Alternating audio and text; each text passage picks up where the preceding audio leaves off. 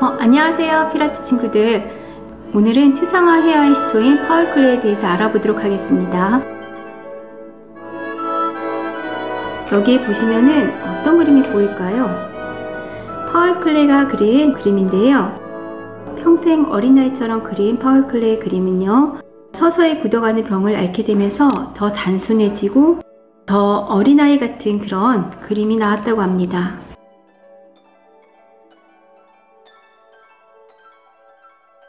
파울클레이는 어떻게 그림을 그렸는지 알아보도록 하겠습니다. 파울클레이는 1879년 12월 18일 음악가 집안에서 태어났고요. 1920년대 독일의 조형 미술학교인 바우하우스의 교수를 역임하기도 하였습니다. 파울클레이도 처음에 바이올린 연주자였다가 나중에 화가를 하게 됐는데요. 그는 다양한 독서와 철학, 식물학, 생물학을 공부하면서 그림을 그릴 때 주제도 조개껍질, 식물, 꽃, 나무 등에서 관찰하면서 소재를 얻었다고 합니다. 파울클레이는 어떤 그림을 그리고 또 파울클레이의 작품과 또 추상화 작가는 어떤 작가들이 있는지 한번 알아보도록 할게요. 파울클레이의 작품은 꿈과 동심, 색채를 강조한 환상의 세계였는데요. 파울클레이 작품에 가장 다양한 경험이 준 새로운 미술을 만들어냈는데, 많은 경험을 줬던 것 첫 번째는 바이올린과 그리고 유럽의 고전 미술과 그리고 청기파 작가들을 만나면서 아방가르드 미술을 경험하게 됐고요. 그리고 선적인 흐름과 아바레스크 문양에 많은 경험을 받았다고 합니다. 여기에 보면 별들과 함께라는 작품이 있는데요. 여기에 쓰인 재료도 캠퍼스 3대, 청, 거즈, 나무판 등 여러가지 매체를 사용했고요. 또 유화는 물론 불투명한 수채 물감인 구아슈, 동판, 드로잉, 템페라 물감까지 여러가지를 시도를 하는 작품이었다고 합니다. 자신의 그림 하나도 모방하지 않고 여러 재료를 사용해서 다르게 그렸다는 게 특징입니다. 파울클레이는 무엇에 몰두했고 클레이에게 어떤 영향을 끼쳤는지, 또 아프리카의 원시적 색채와 미술이 어떤 영향을 끼치나가는 누구인지 알아보도록 할게요. 파울클레이가 살았을 때는 1차 세계대전이라는 어마어마한 시대적 배경이 있었는데요. 1차 세계대전이라는 것은 독일이 러시아를 상대로 선전포고를 하고 프랑스로 진군한 전쟁이기도 합니다. 따라서 그 시대에 살았던 예술가들도 전쟁의 징병군으로 끌려가게 됐는데요. 파울클레이 역시 전쟁으로 나가게 되어 있습니다. 1938년에 만들어진 눈이라는 작품은 한 눈으로 보고 다른 눈으로는 느껴라는 메시지를 담고 있어요. 이거는 자신이 스위스에서 태어났지만 유대인으로 오해받는 클레이는 대학교 교수직을 해김당하고 스위스로 귀화하게 됐답니다. 이 당시에 파울클레이는 희귀병을 얻어서 작품 활동을 더욱더 왕성하게 하게 된 시기라고 할 수 있겠습니다. 너무나 마음이 아픈 시대였던 것 같아요. 제1차 세계대전과 나치의 유대 박해가 시작됐는데요.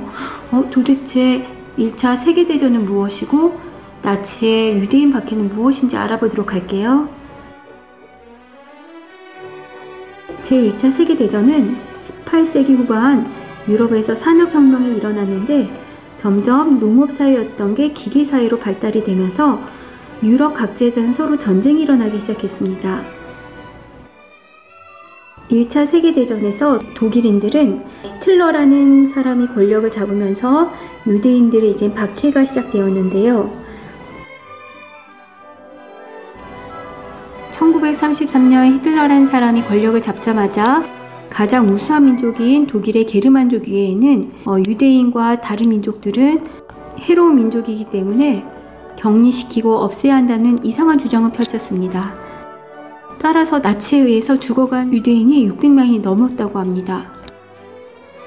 이제는 추상 표현에 대해서 알아보겠는데요. 표현주의는 근대 미술의 복합적인 요소를 포함하고 있는데요. 야수주의, 표현주의, 다다, 미래주의, 초현실주의로 이어지는 한 계보와 인상주의, 입체주의, 기하학장, 추상의 계보를 모두 받아들이고 있다고 합니다. 여기서 표현주의는 독일에서 시작됐고요. 제국 통일 후 자본주의 정책으로 인한 사회적 혼란으로 시작되었다고 합니다. 고통과 가난, 공포, 폭력의 이미지를 애국가 강렬한 색으로 사용했다고 합니다. 파울 클레의 작품을 한번 감상해 보도록 하겠습니다. 사각형 1호의 경관이라는 작품이고요. 카드보드에 올린 종이에 과슈와 왁스 크레용을 사용했다고 합니다. 붉고 흰 돔은 수치화 기법으로 사용했습니다. 전나무의 발상이라는 작품도 수치화 기법이고요. 1919년에 만들어진 사슴이라는 작품도 소묘와 또 수채, 과슈를 사용했다고 합니다. 나무가 있는 율동장의 풍경 속 낙타는 한자와 거제의 색을 칠했다고 합니다. 어린이와 강아지는 1920년도에 만들어졌고요. 장미정원도 1920년도에 만들어진 유화의 종류의 한 종류입니다. 옆에 미소의 시작이라는 작품도요, 1921년에 만들어진 수채화입니다.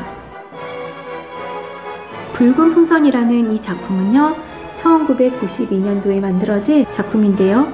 어디 간디스키의 컴포지션 8번을 연상시키는데요. 음악의 그림이기도 합니다. 1922년에 만들어진 세네치오는 유화 종류의 하나이고요. 겨울의 풍경도 유화 종류의 하나입니다. 노래가 있는 풍경은요, 캠퍼스의 수채화 유체 종류의 한 기법이고요.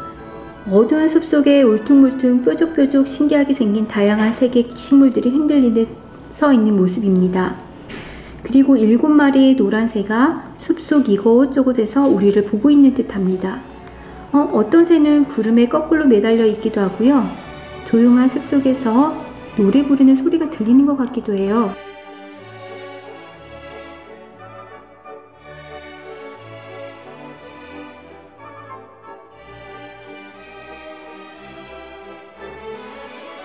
(1930년도에) 만들어진 리듬 속이라는 작품입니다. 1932년도에 만들어진 이방인의 희생이라는 작품이고요. 이 작품은 히틀러가 총리에 임명되고 클레의 독일 생활이 불행해지기 시기였는데요. 나치의 비판을 받아 미개하고 타락한 애국인으로 취급되었다고 합니다. 따라서 그때의 아픔을 이렇게 그림으로 그렸다고 합니다. 1933년에 그려진 몽환적인 개화와 1937년에 만들어진 육교의 진화, 항구와 돛담배, 1938년에 그려진 새의 섬, 1938년에 만들어진 장미라는 그림입니다. 1939년에 만들어진 이 소문들이라는 작품입니다. 1930년에 제작된 검은색을 배경으로 한 헤아입니다. 이번엔 또 다른 추상표현주의 화가를 알아보도록 하겠습니다. 우리가 잘 알고 있는 바실리 간디스키라는 화가인데요. 러시아 출신의 화가로 추상회화의 창시자라고 할 수 있겠습니다. 그는 현대적 의미에서 회화성을 극한까지 밀고 나가 색채의 율동과 또 음악에서 영감을 얻어 그 작품들은 20세기 초 추상미술의 아름다움을 화려하게 그려내고 있다고 합니다. 1912년에 만들어진 검은 곡선과 함께라는 작품이고요. 1925년에 만들어진 황적청이라는 작품입니다. 1942년에 제작된 마음속의 축제라는 작품입니다. 초록색 바탕 위에 원 속의 점이 축제의 불꽃놀이를 연상하게 하고 삼각형과 사각형의 면은 분할되어 대각선을 중심으로 배치되어 보여주고 있습니다. 클레는 병에 걸려 죽을 때까지 그림을 손에 놓지 않고 수많은 작품을 남긴 화가예요. 그에게는 많은 수식어와 평가가 따라다니는데요. 파울 클레의 그림은 때로는 추상화가답지 않게 고전적인 느낌을 주기도 합니다. 그는 음악, 추상과 구상, 서구적 미술과 비서구적 미술, 천진난만함과 계기함, 차가운 지성과 따뜻한 서정적인 것을 넘나들면서 많은 표현적인 요소를 그림에서 보여주었다고 합니다. 우리 친구들도 파울 클레이의 작품을 보고요. 우리 친구들 머릿속에 상상력을 발휘해서 창의적이고 기발한 작품을 표현해 보세요.